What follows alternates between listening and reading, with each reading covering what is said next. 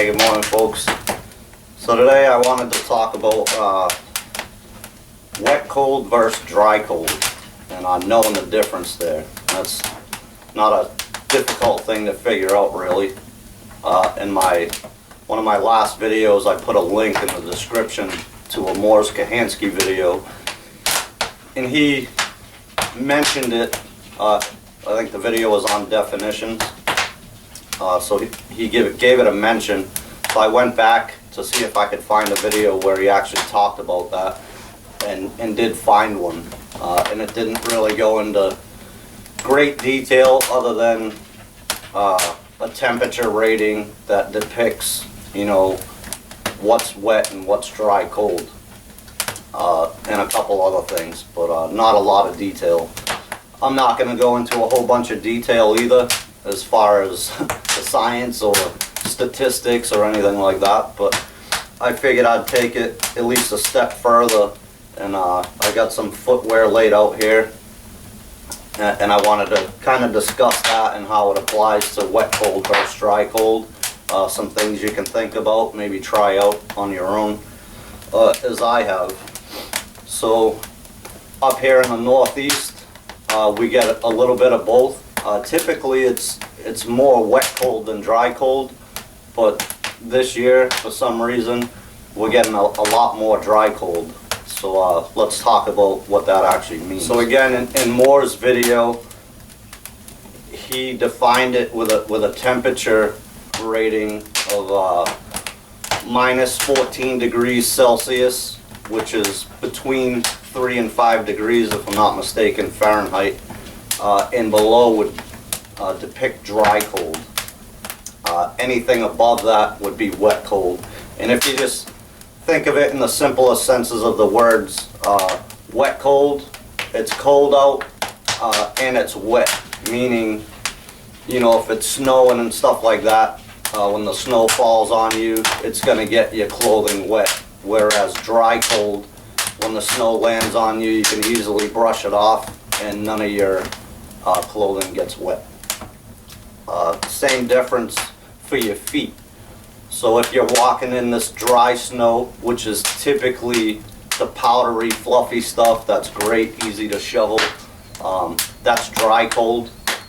Where wet cold may be, you know, the heavy type snow that's sopping wet, there's slush with that, and all that sort of thing.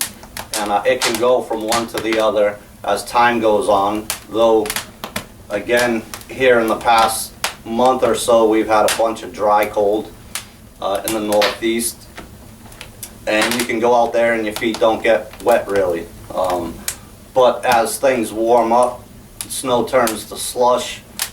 You know, if you're on a snowshoe trip and doing some snowshoeing, it may be dry cold with the powdery type snow, or even the wind-packed snow and stuff like that, where it's dry, but as things warm up, you get that slushy type snow, you know, over the lake or whatever that you're snowshoeing through, and even the woods. So there's different footwear strategies, if you will, that will help you in both situations, and I've used all of these techniques, but I've recently became more aware of it and practice it a bit more, if you will. So the stuff I have laid out here, we'll talk about it, and I got a lot of this stuff from Tim Smith at Jack Mountain Bushcraft School. He has some information on his website about it as well, and he talks about it in some of his courses. So for dry cold, the white, fluffy, powdery type snow where it doesn't get you wet, and I'm not going to promote any certain products or anything, that's not what the video is about, but just the concepts on how to keep your feet warm. So I have the Steger mucklucks. They're pretty pricey, like $200, just over $200. Very well made, great piece of footwear. I absolutely love mine, and very fashionable. So, but the premise of this in dry cold is that you have your moccasin type bottom. They've taken it a step further and put some rubberized material on the bottom, which is great, with a canvas upper. The whole concept of this type of footwear is that it's breathable, which is huge, and I don't think, you know, a lot of people understand that concept fully. And then it just has, you know, like a wool felt liner that is removable, which is also huge. So dry cold, I'm not saying you have to have a Steger muckluck or any muckluck for that matter. I'm just saying a footwear that's breathable, that has an insert, whether it's wool or synthetic material that you can take out and dry by the fire or your wood stove or whatever, is absolutely critical. Take that a step further and get a second liner, which I do and carry. You can switch those out daily. Take the one out at the end of the day, dry your stuff out, put the new one in for the next day, and rotate it, you know, and so forth. Some other things that they offer, and I'm missing one at this point, but I will talk about it here in a minute. There's other inserts that you can put into your footwear. This particular one you could probably make yourself. I purchased this one, but basically all it is a bubble wrap with aluminum foil type material on both sides, and just cut it out. So you could easily make that, but again, bubble wrap, dead air space, add the aluminum foil or reflective material, puts the heat back towards your foot. Pretty cool concept. Another one or type of this that's out there is a mesh insole, and it's exactly that. It's mesh, very porous, and it keeps your foot off the bottom of whatever footwear it is that you're wearing. In that case, keeping your feet more dry. And in both wet and dry cold, I've seen these in use. You just pull them out, all the moisture from your foot goes through your wool sock or what have you to include the liner, and it accumulates in this mesh insole. And you just take that thing out and you can just bang it out, you know, and you can, it's not really wet, but you can set it by the wood stove or the fire, dry it off, warm it back up. And again, not that it's really wet, because it isn't, but it accumulates all that moisture from your feet. And how do I say it? It's like a frost covering in that insole, and you can just bang that thing out. So that's dry cold. Again, I'm not promoting Steger mucklucks, though I love them and I would recommend them if you have the money for such a thing. But it's the concept, you know, something that's breathable on your feet.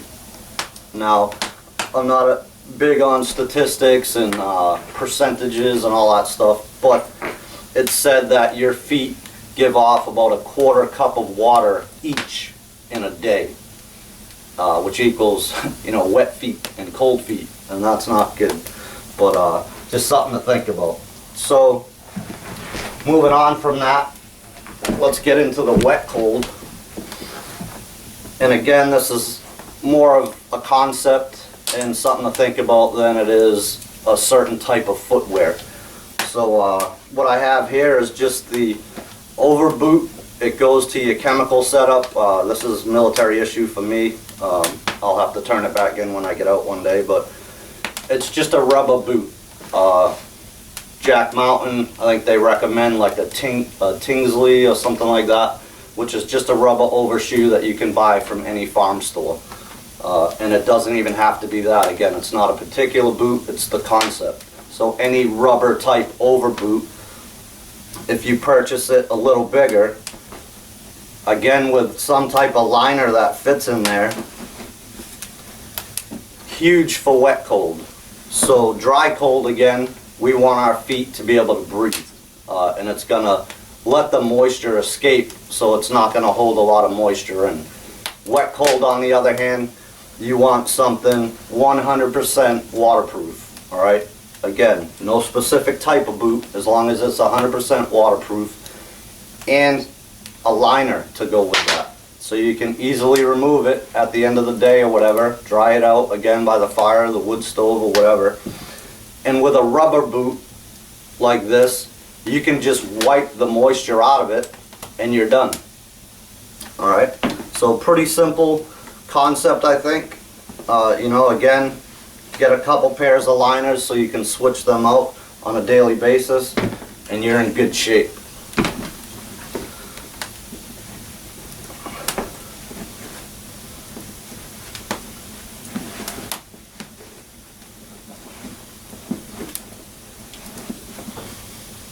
All right, so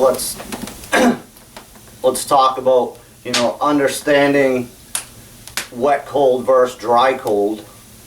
And that's all it is really, you know, a concept to understand the difference between the two and what type of footwear works better in those cases.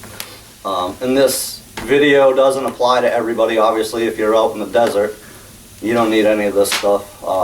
It's just a video to get you to think, know the difference between the two. And if you're one like I was back in the day that just always had cold feet, these techniques help and they work.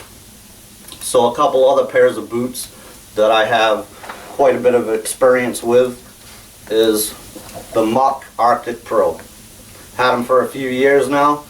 They're a good boot, there's no doubt about that. My feet, personally, my feet have been cold in these things quite a few times. They're good for both wet and dry cold. If you're just going out, say shoveling snow in the driveway or whatever, heading down to the animals to feed them and stuff like that. But wearing these things all day and then spending a night or two or three out in the woods, they're difficult to dry out by a fire.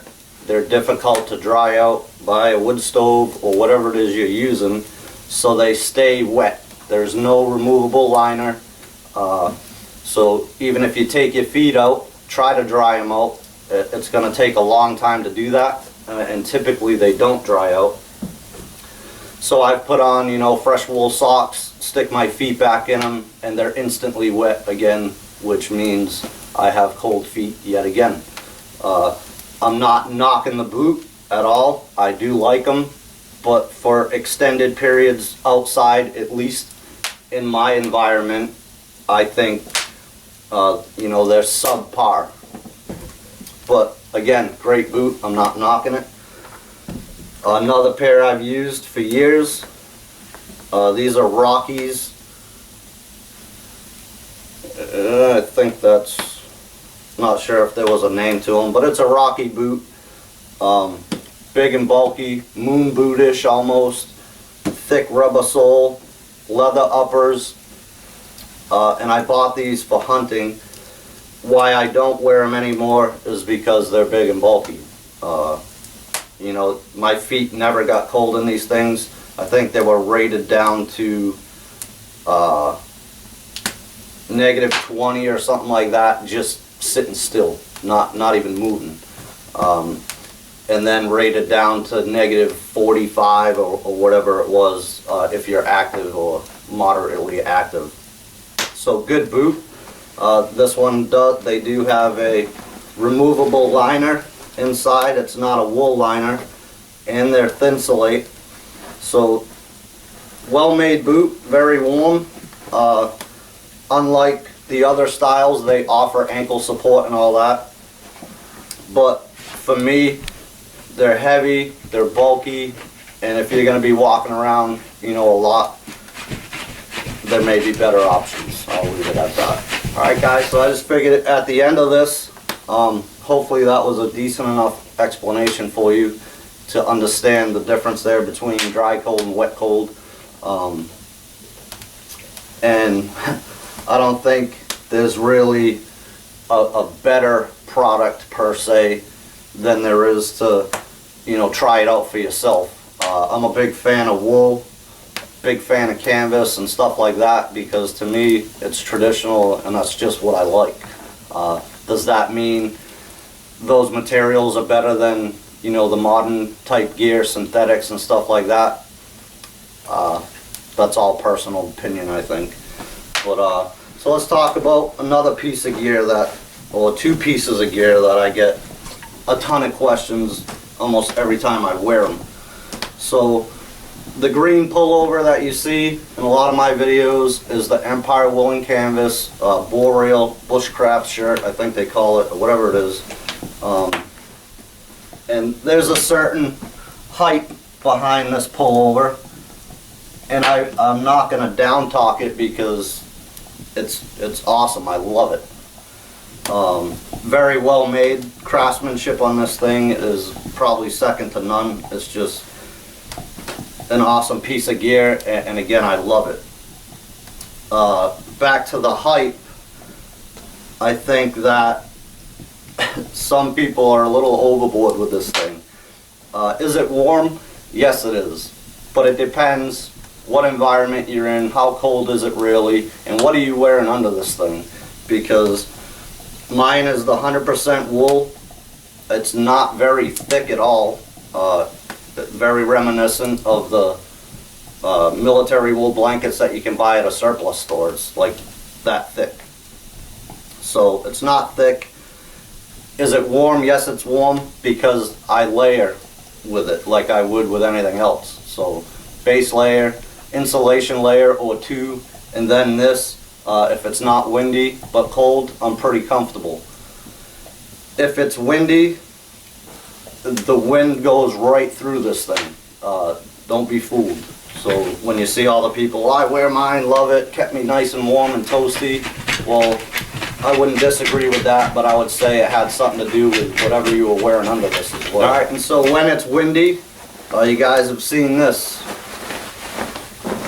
Duluth Anorak. Awesome piece of gear. I love it. It keeps me dry, and also it keeps the wind out. So I'll use both of these in conjunction with each other, and they complement each other well, if you will. So, you know, any type of moisture, be it snow or rain, cold outside, I'll wear these two together and I'm good. Is this the best system there is out there? Personal opinion. So I'll leave it at that. So in closing, one other piece of gear that I'll just throw something out there about is the military sleep system. I've talked about this a bunch in other videos. The thing's never failed me. Used it all around the world, different countries, so on and so forth. Is that the best piece of gear out there? Personal opinion, you know.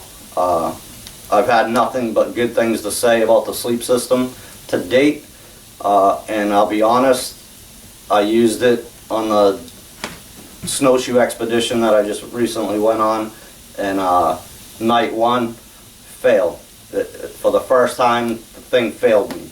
I was minus 22 degrees without the wind chill. There could have been some other variables there. I allowed myself to sweat thinking that I was going to be, you know, in a hot tent that night, which wasn't the case. We were bivouacking outside on the ground, and when I first crawled in it, I was pretty warm, not a big deal. The only thing was my feet were cold, and I ended up staying cold the whole night. So everything has their limits. There's definitely other gear out there that will suit you better in certain conditions, whatever they may be. So I guess the point of all that is get out there and try it for yourself, because what works for someone may not work for you. So thank you guys for joining me for this one. Hopefully you learned something from it. I'm sure I may from the comment section, you know, we'll see. And that's about it. So appreciate your support. See you on the next one.